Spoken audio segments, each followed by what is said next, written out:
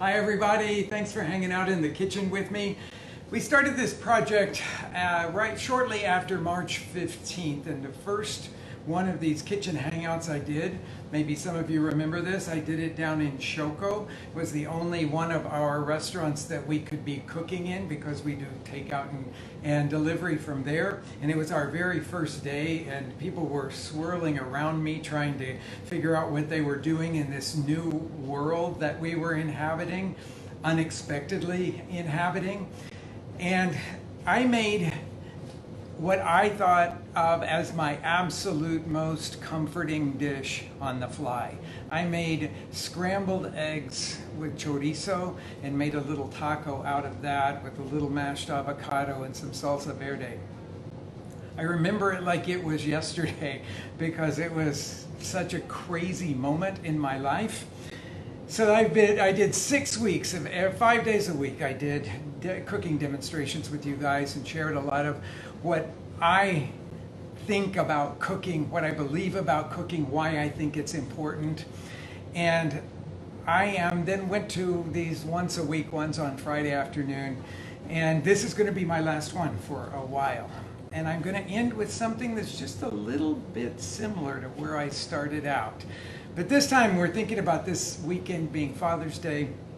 And so this is one of my very favorite breakfast / brunches. It's a version of Huevos a la Mexicana in a tortilla, in a good tortilla, with some avocado as well. We'll get into the details of that as we're working through it, but I thought it would be good to start with the most elemental thing in the Mexican kitchen.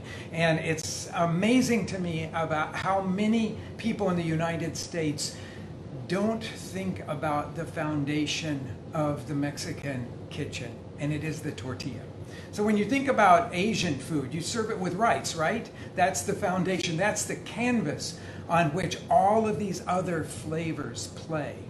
Same thing in the Mexican kitchen. All of those classic Mexican flavors, they play on the canvas of the great corn tortilla.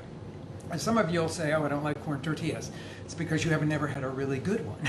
If you had had a really good one, it's something that's transcendent. It goes into a completely different world. It doesn't taste like cardboard. And I know a lot of you have bought frozen tortillas in the grocery store, and you have made tacos out of it, and you've thought, God, I like the filling, but I can't stand this cardboardy thing that I'm wrapping them in. So then you go to the flour tortillas instead of the corn tortillas. And the flour tortillas can be quite delicious, and especially if you're in northern Mexico, and the cooks are making them by hand and rolling them out. They can be absolutely spectacular. They don't really relate very much to the bready kind that we get typically in the United States, but I will say sometimes when I think about the difference between a frozen corn tortilla and a fresh flour tortilla, I would choose the flour tortilla as well. All that said, I'm going to go through making tortillas again one more time with you guys. I know I've done this one other time, but I just want to go through the steps of it because it's just like bread making. You have to just get in the rhythm of it. Now, I've been standing here at this place making corn tortillas for the last 15 minutes, and my first ones were terrible. Okay, I didn't have the fire right. I wasn't pressing it quite right. I didn't have the movement down because I don't do this every day. Same thing will happen with you. Think about your first few corn tortillas as being, well, trial tortillas, okay? If they go to the trash, they go to the trash. It doesn't really matter, but you'll get the rhythm of it going. So let's talk about first the masa. Okay, I'm working with fresh ground masa. This is the dried corn kernels that are cooked in an alkali bath. Let set overnight, drained and washed, and then ground through stone millstones, okay? So this comes from the tortilleria here in Chicago. It is called El Popo, and El Popo makes this special masa for our restaurants out of heirloom corn from Oaxaca. It's got the classic traditional flavor of Oaxaca. Okay, so that's what I'm going to use to make these, but that may not be what you're going to be using unless you have access to go down to 47th Street where the El Popo Tortilleria is and buy this special masa from them. Most of you will probably use maseca which is very widely available. It doesn't have the full flavor of this, but I'll tell you, if I had to choose between this and a store-bought tortilla, I would choose this. I would make my own tortillas out of this. If you want to do mail order things, the same corn that is used for making this masa that we use in our restaurant, you can buy that as a masa harina, as a dry masa mix that you just reconstitute with water. And Masienda is the name of the website, masinda.com, and you can buy that. You can also buy this really cool Oaxacan press.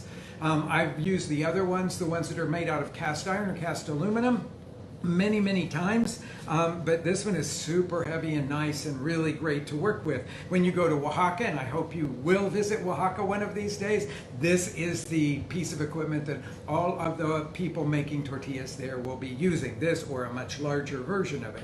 Now, the most critical thing that I can tell you about making tortillas is to get the masa the right consistency. So what you have to think about here, and I'm going to borrow a phrase from the bread baker that I respect so much, Peter Reinhardt, who writes a lot about bread and artisan breads. He says it should be tacky, not sticky. Okay, so tacky means that if you really put your hand on it, it'll kind of pull away and you'll feel a slight stick. But it's not sticky, like I can pull my hand away from it and it's not sticking to it. This is the thing that most people don't do right. They don't get this dough soft enough. And I'll show you how you can tell whether it's soft enough or not. So we're going to press out a tortilla here using this press. And I've taken off a small walnut size. I've got a piece there. I have a piece of, this is like a plastic bag from the grocery store that you would find in the vegetable section of the grocery store. This one is cut round. You could cut them square for this. It doesn't really matter. If you're working with a square press as I am, then put the second sheet of the plastic on top, close it, and give it a very gentle press. Okay, I'm not pressing it hard, not with my body weight. This is a soft dough.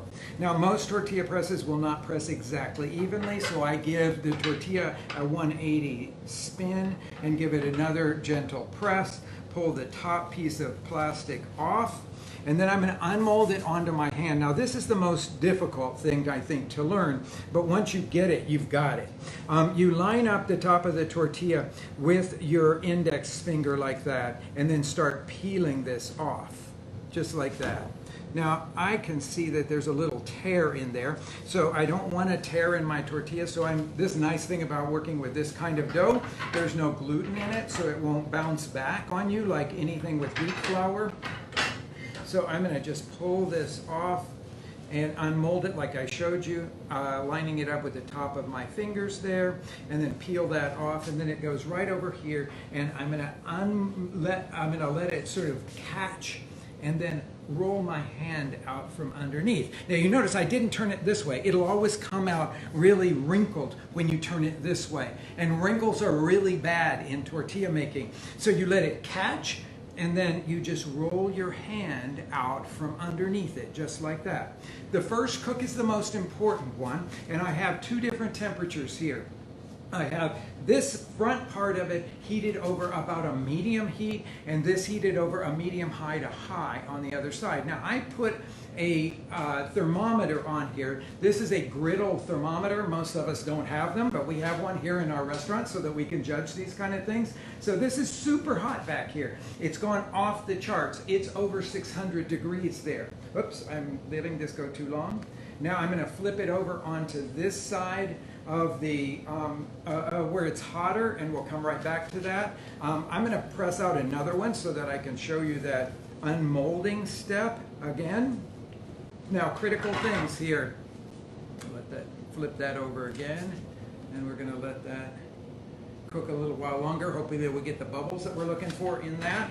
Bubbles like you would expect from sort of a pita bread rise.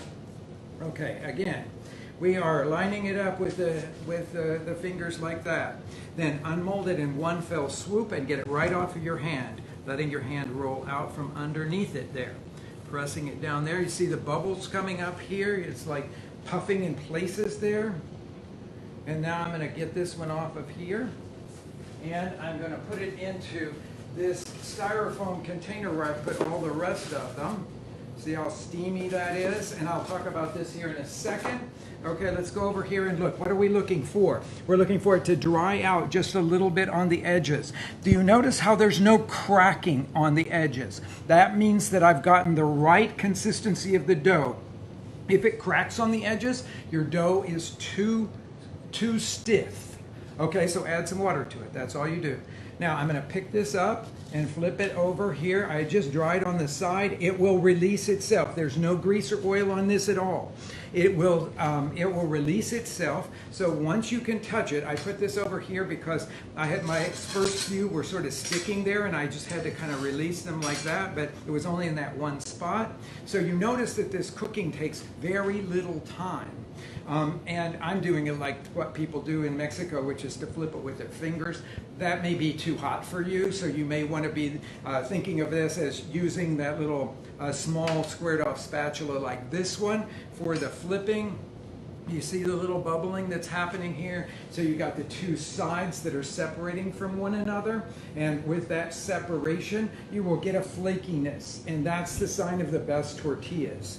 Okay, so you could do this thing that they call tickling, which is to kind of press it down like that so that it'll pop back up and perhaps even become a complete balloon like a piece of pita bread will. Okay, the reason you don't get complete puffing in all these is because there's no gluten in here. There's no structure in it.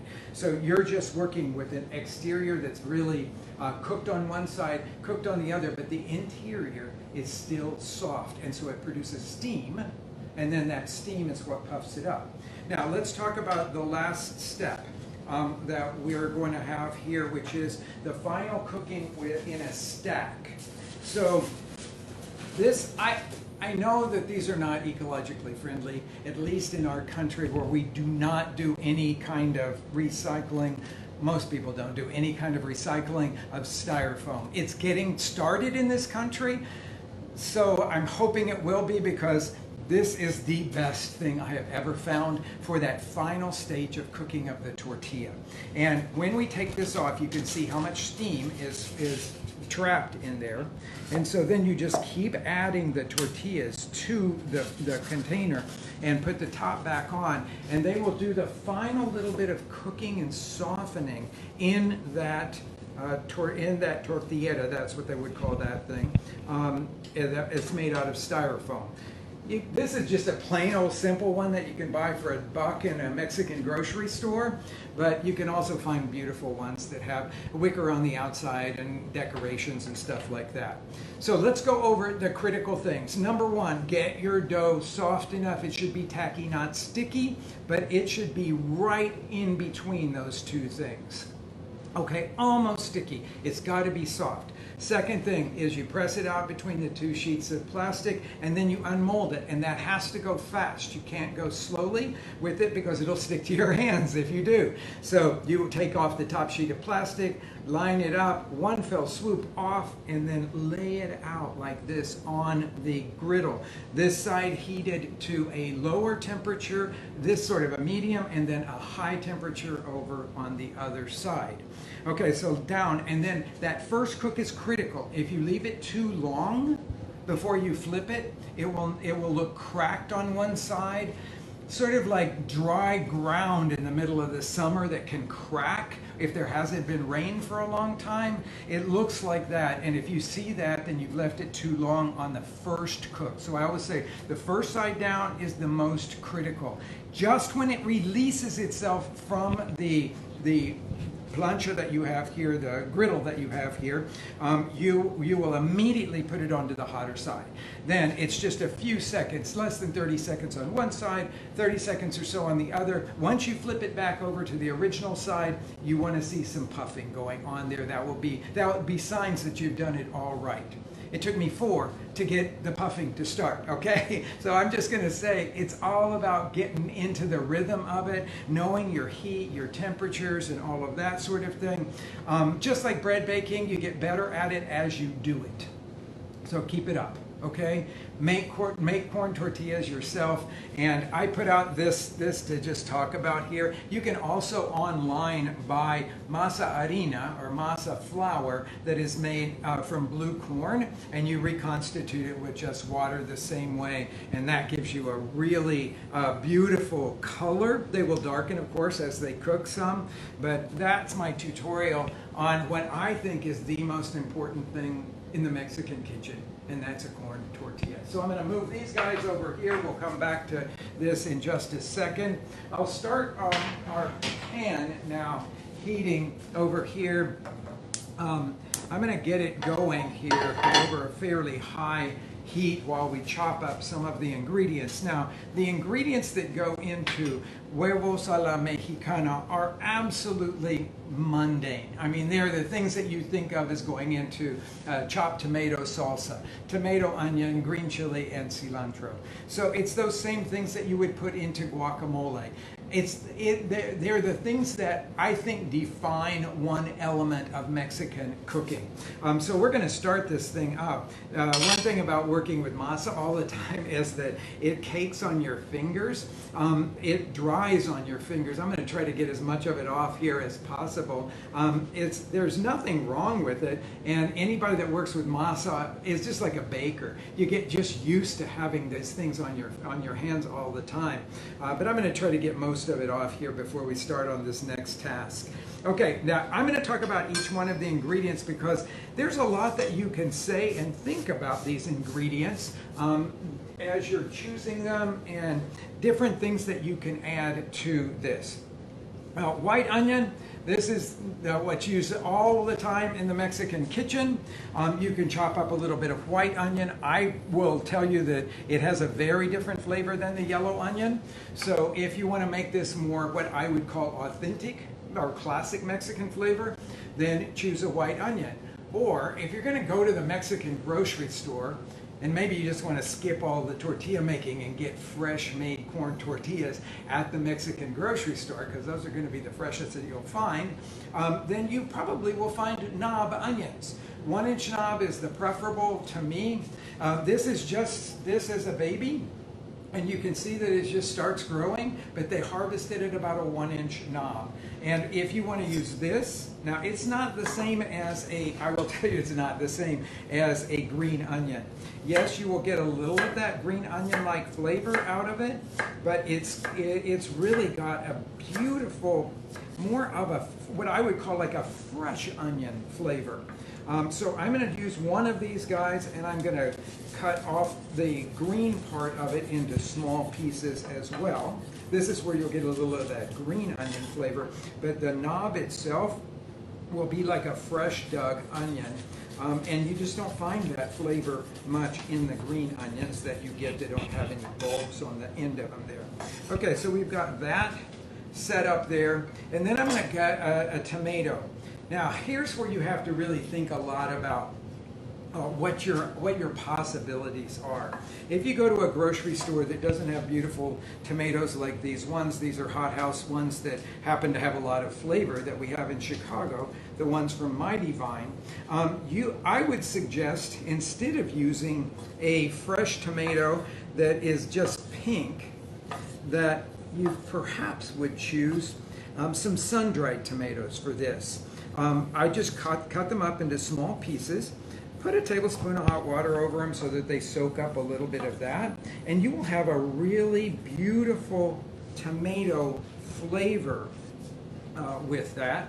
So I am doing this as with this knife. Now, the one thing that I will say to you, you really need to think about sharpness of knives. I'm using this 8-inch chef's knife here, the one that you've seen me use it on every single one of these kitchen hangouts, but I sharpen it every time I use it. And I sharpen it with a steel, and then when I can't get it sharp enough with the steel, then I will go to using the stone and sharpen it with that. I'm cutting across, and did you see just how easy it went through? That's because it's sharp. If you don't have a sharp knife, then you're going to end up with very jagged, mashed pieces. Okay, so I say that's very important. Last thing that we're going to do here before we start the cooking is to talk about the green chilies. If you have Thai green chilies, use those. If you have jalapenos, use those. These are Serrano Chiles, the ones that I consider to be the most classic Mexican flavor. And so I like to use this. You may like to use something else, so feel free to do that.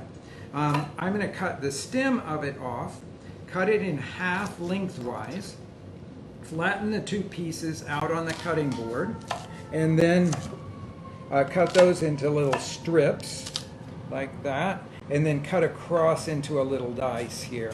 Tiny, tiny, tiny little dice. Remember, if your hands are sensitive or you don't want to be thinking about having you worked with chilies an hour or two later and put your fingers to your eyes. I know we're not supposed to be doing that at all these days, but should you think about that, you might want to put on some latex gloves to do this. That will help you to just be able to pull it off and not have to worry about any of that. Okay, so these are our basics. These are the things that would be the foundation, say, of a chopped tomato salsa, flavors that you would put in guacamole. Here they're going to get scrambled with eggs. Now we have to choose some kind of fat to cook this in. Some of you might want to do this with butter. That will give you a very specific flavor, and you may just absolutely love it. Some of you will like olive oil. Some of you would like a neutral vegetable oil. Or people like me, I always save all of the fat that is rendered from bacon. And I like to use that in making this kind of a dish. So I have here some rendered bacon fat, and I'm going to scoop up a little bit of it. To me, this stuff adds something really special to lots and lots of dishes. And I'm going to put a little bit more than what you might think you would need for something like this. I'm going for rich and savory here. I'm not going for lean. And then I'm going to put all of this stuff right into the pan. And I'm putting it all in together. For me, I don't put the onion in first when I'm doing this because I don't want it to cook too much. So using a little spatula here, we're going to kind of basically do like a stir fry here. And I'm going to break out these little rounds of the onion so that they'll start to soften pretty fast and fall apart. But I put them in slightly bigger pieces because I want their texture in here. And we want to keep this going over a fairly high heat here. And then as this is cooking down, I am going to chop up the cilantro that's going to go in here. Now, you could do this dish without cilantro, but I love what it adds. And I like to sort of wilt it just slightly with the cooked vegetable part of this, just at the last second before I add the eggs to it. Okay, so chopping cilantro in the way that I've shown you before, basically making a chiffonade out of it, collecting all of the leaves together, and then I'm leaving the tip of my knife down and doing this round rocking kind of movement so that I can keep working all the way down the leaves and those tender stems until I run out of leaves. And that's going to be my cilantro portion of all of this. That in the compost bowl over there. Now you can make this as spicy as you want it. All of these things, all of these ingredients, the tomato, the onion, the green chili, that's just all to suit your own taste. Now I'm going to do a little flip here to get that evened out. Take a look at this. That's as much as I want to get in the cooking of it before I add the cilantro. Half of the cilantro will go in here, and then I'm going to do the eggs over here. So I'm just going to make 4 eggs. Of course, it depends on how many you're serving, what you're going to be cooking at your house. You really need no recipe for this thing because you know what each one of the ingredients is, and you're going to add them to your own discretion, or your own liking, I should say. Okay, so this I am going to add salt to here. I'm going to add just a touch of salt to what's in the pan over here. Salt a little bit more over here, and then whip that up. This is getting too done for me, so I'm going to move it over there. Whip the eggs. Now, some people would tell you to add water or milk or cream or sour cream to this. You may do. Okay, this never happened before, but we just lost complete signal there, so I'm not quite sure what's going on, but for those of you that were with me before, I'm exactly at the same place. I'm getting ready to add the eggs to this pan that has the onions and the tomato and the green chili and the cilantro in it. This is where you have to make your decisions. I choose to just salt the eggs and not add any of the other things to it. Water will make them lighter. Milk, sort of the same thing, but it may be a little bit richer. Cream or sour cream, of course, will add flavor and a lot of richness to it, but I don't want that here because I'm going to add avocado at the end, and I want that to be my rich part to it. So I'm doing just plain beaten eggs that has been salted.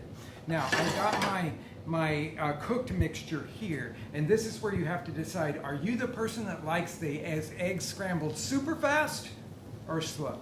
Okay, in the middle sort of is no man's land, but super fast will make them really fluffy. Super slow will make them creamy. I've got this back to temperature. I like the creamy eggs, so I'm just going to pour these in here. You'll notice that I did not do much beating to the eggs at all. I just let those eggs sort of barely combine.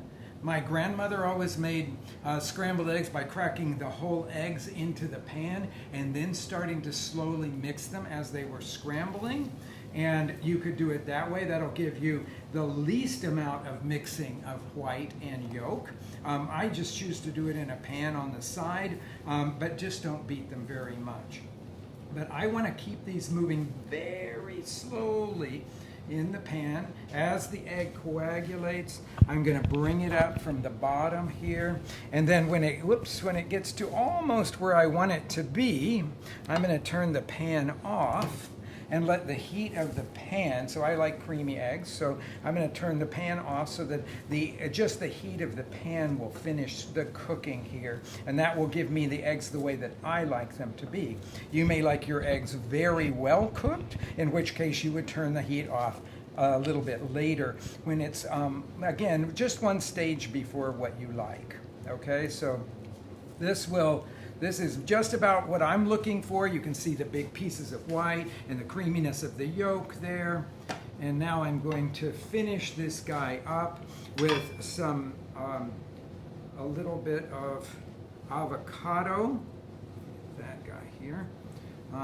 Going around from one end to the other and then twisting the two sides apart.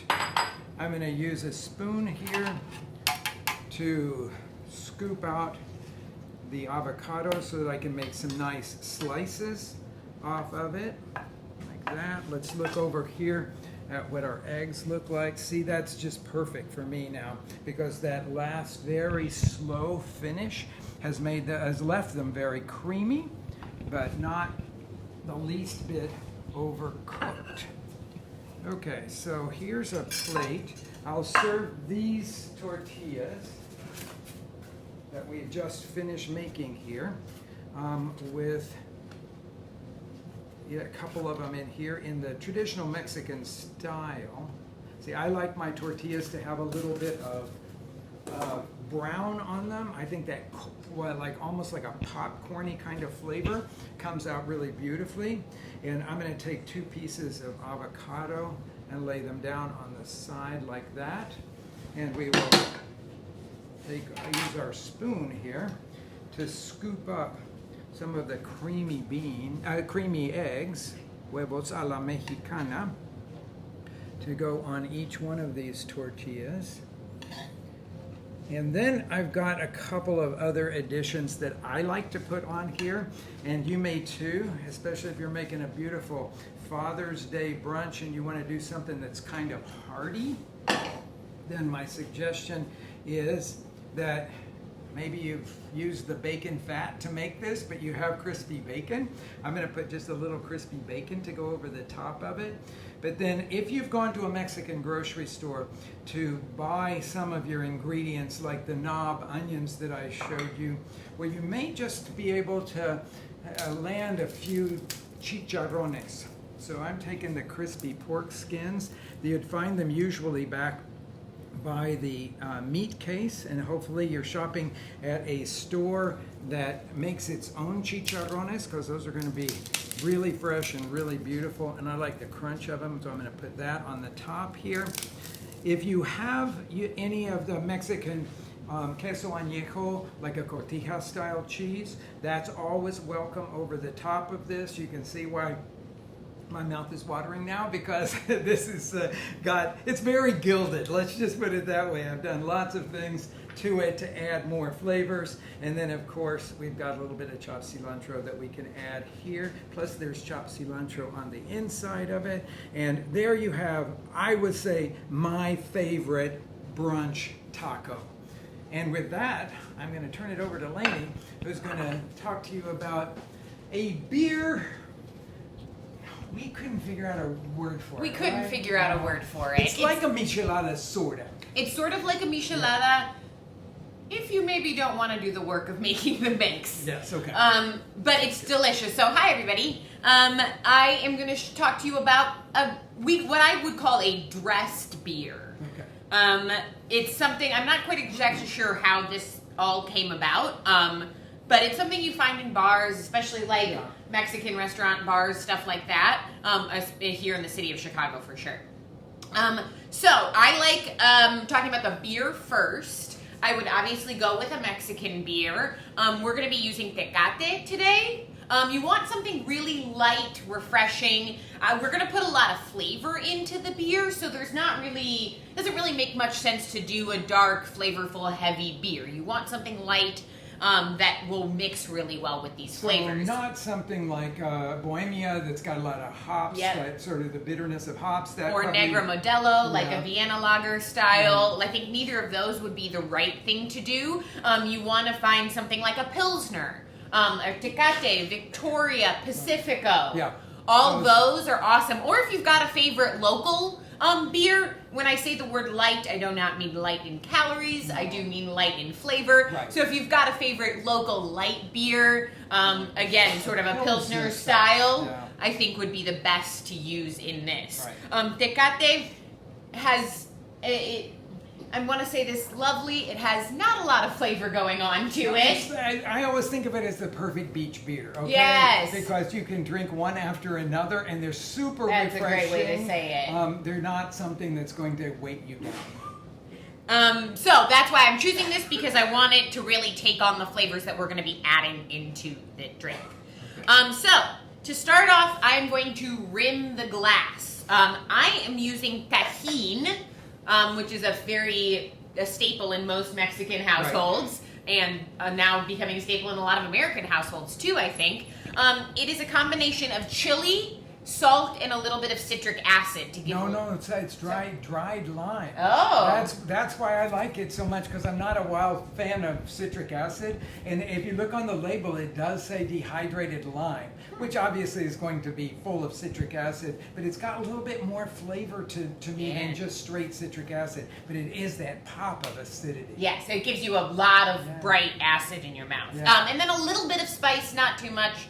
So if you're worried about spice, not something really to worry about. No, it's lovely. You could also rim it with just plain salt if that's what you're more into and don't have the tajin at home. But if you don't have this stuff in your cupboard, you need to get it. Because sprinkling it on, say, pineapple or over grapefruit before you eat it is super good. Cucumbers, anything like that. It's so great.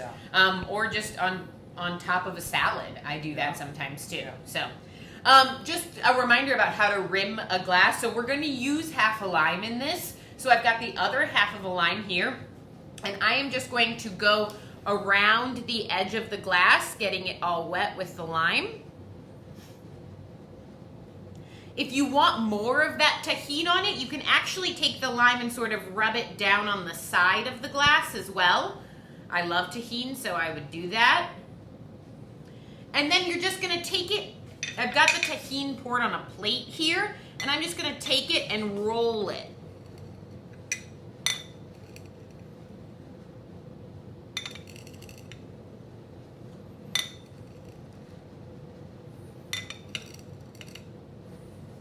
Now that's got a decent amount of tahini on it.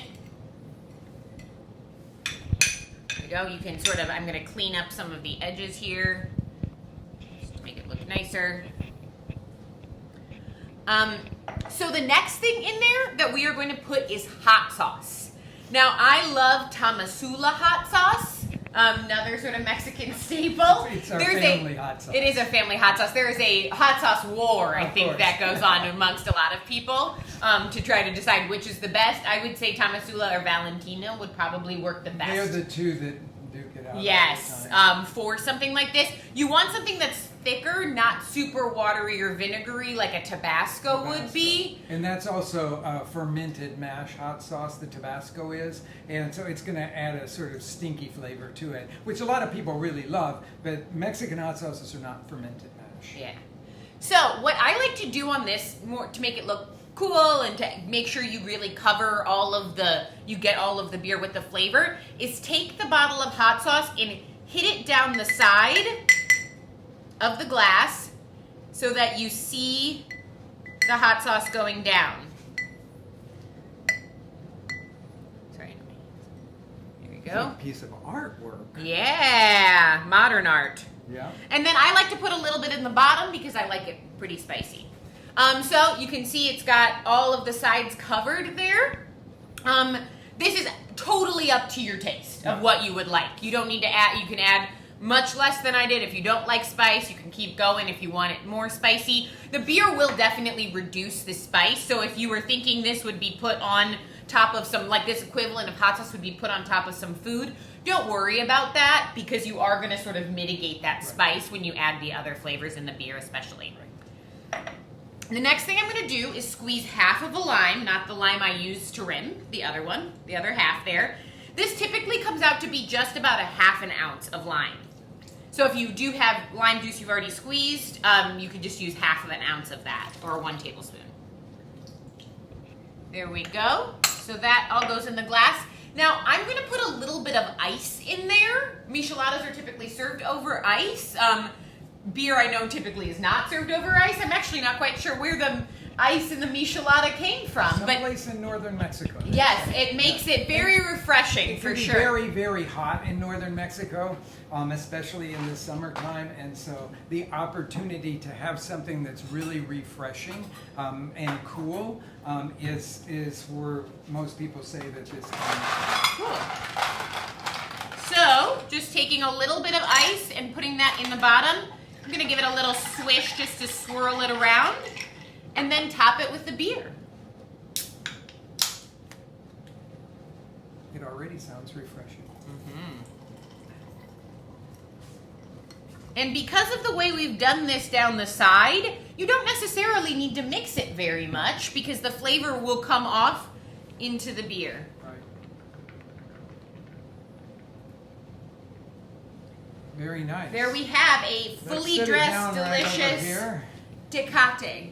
So now that's a brunch, I think. Yes.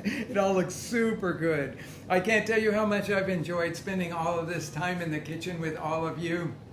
Sorry about our technical gap halfway through here, but those of you that made it back on here and saw it to the very end, we'll be posting these recipes later today. I hope you enjoy exploring this. I hope this encourages you to be in the kitchen and cooking this weekend. And I will let you know we've got some great ideas for a new series that will come out in the next few months. We're working on them right now. I'll let all of you know when we've got something that is set in a date. So thank you again for joining us here at the Kitchen Hangouts. It's been a blast.